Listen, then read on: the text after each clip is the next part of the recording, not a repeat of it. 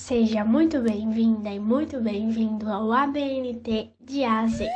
Meu nome é Milena Gamboa, curso Letras Português na Universidade Federal de Pernambuco e faço parte do PET Letras da UFPE desde 2017. Esse é o 10º episódio da série e falaremos sobre resumo ou abstract de trabalhos acadêmicos.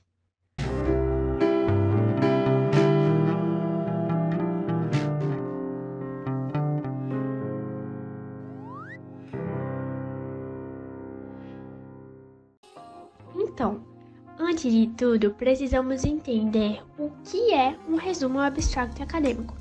Não podemos nos confundir com o resumo que fazemos depois de ler uma obra.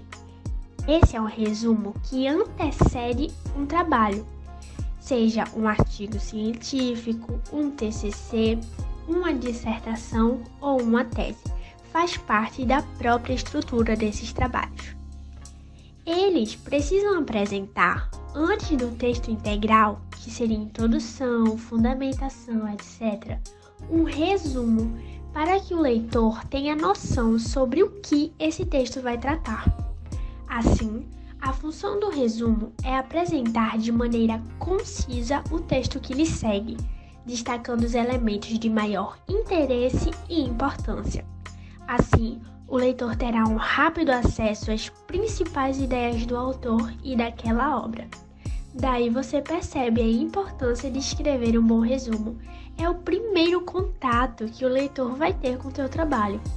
Seja um leitor até aleatório, se você publicar na internet, seja o professor que solicitou o trabalho, seja a banca avaliadora que você submeteu o trabalho para participar de algum evento ou revista. E aí vocês devem estar se perguntando: meu Deus, como resumir meu artigo de 12 páginas e meu TCC de 50? Parece assustador mesmo. Mas tem algumas perguntinhas que, respondendo, você consegue resumir facilmente seu trabalho, não importa quão extenso ele seja. Elas se referem às principais partes da sua pesquisa, que são objetivos, autores e teorias, metodologia, resultados e conclusões. Então, algumas perguntas que você pode se fazer são: quais são os objetivos do meu trabalho? Em que autores e ou teorias eu me baseei? Que metodologia eu utilizei? Que resultados obtive no meu trabalho? A que conclusões eu cheguei? A metodologia é o mais complicadinho. Geralmente é o método de coleta, método de análise de dados, como se constitui seu corpus, os procedimentos utilizados para chegar aos seus resultados. E como é complicadinho, eu vou deixar nas referências alguns materiais para que você tenha noção de quais são as metodologias científicas. É importante ressaltar sobre essas perguntas e essas partes do resumo que não há uma regra fixa sobre todos os elementos e a ordem que deve aparecer no resumo. Você pode, por exemplo, acrescentar contextualização, hipóteses, lacunas e não necessariamente colocar algum desses pontos. Depende da sua área e do estilo da sua pesquisa. A categoria de resultados, só para te dar um exemplo, é muito mais presente em resumos de artigos da área de biológicas que de literatura. Assim, a leitura de resumos é essencial para que você se familiarize com o gênero e com a maneira como essas perguntas são respondidas por diferentes pesquisadores de uma mesma ou diferentes áreas. Em relação à linguagem, o resumo vai seguir a linguagem de todos os trabalhos acadêmicos, uma linguagem mais formal.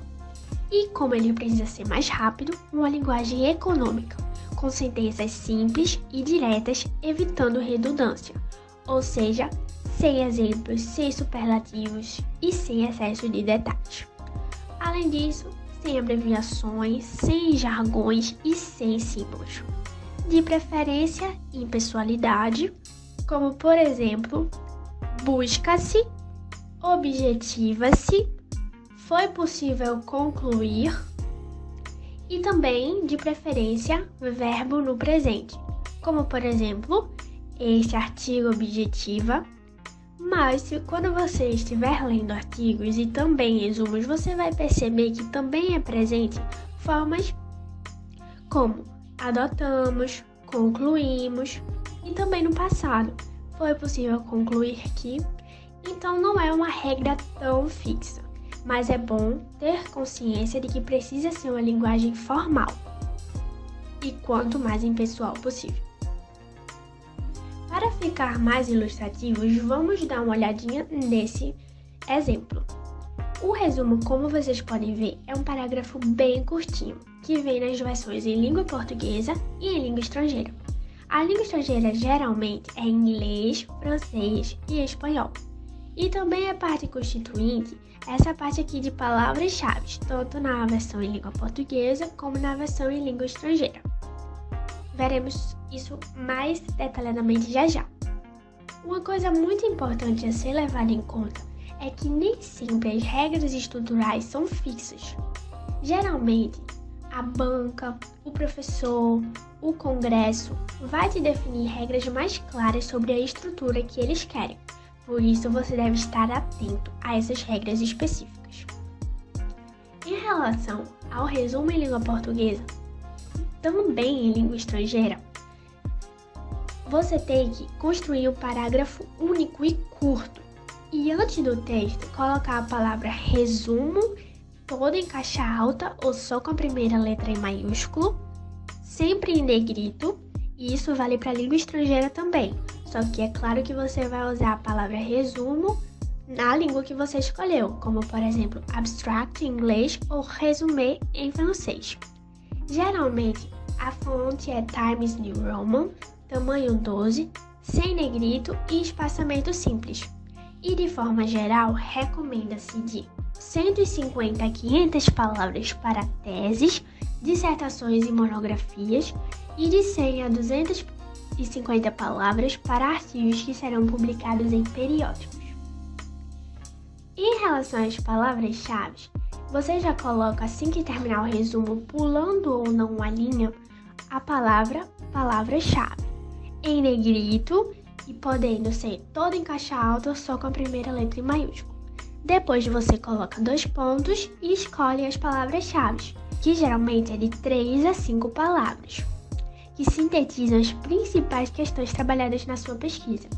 Diferente do que muitas pessoas acabam pensando, as palavras-chave não são as palavras que mais se repetem no texto. São as palavras que resumem de forma mais direta toda a sua pesquisa.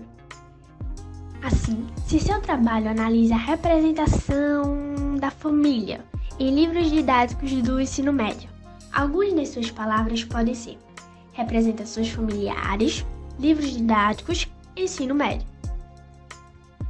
Ainda sobre as palavras-chave, é preferível que estejam separadas entre si por ponto e estando apenas a primeira letra em caixa alta.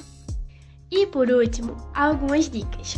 Leia resumos e se familiarize com esse gênero textual, mesmo que seja só na hora que você for produzir. Isso vai te mostrar como diferentes pesquisadores da sua área respondem aquelas perguntas que vimos. Além disso, esteja atenta ou atento às regras específicas solicitadas pelo professor, revista ou congresso.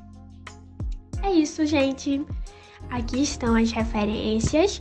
Espero realmente que eu tenha ajudado de alguma forma.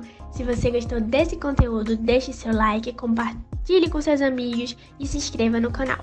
Aqui estão nossas redes sociais, segue a gente lá no Instagram e também estamos disponíveis no Spotify e no Castbox. Até a próxima, tchau!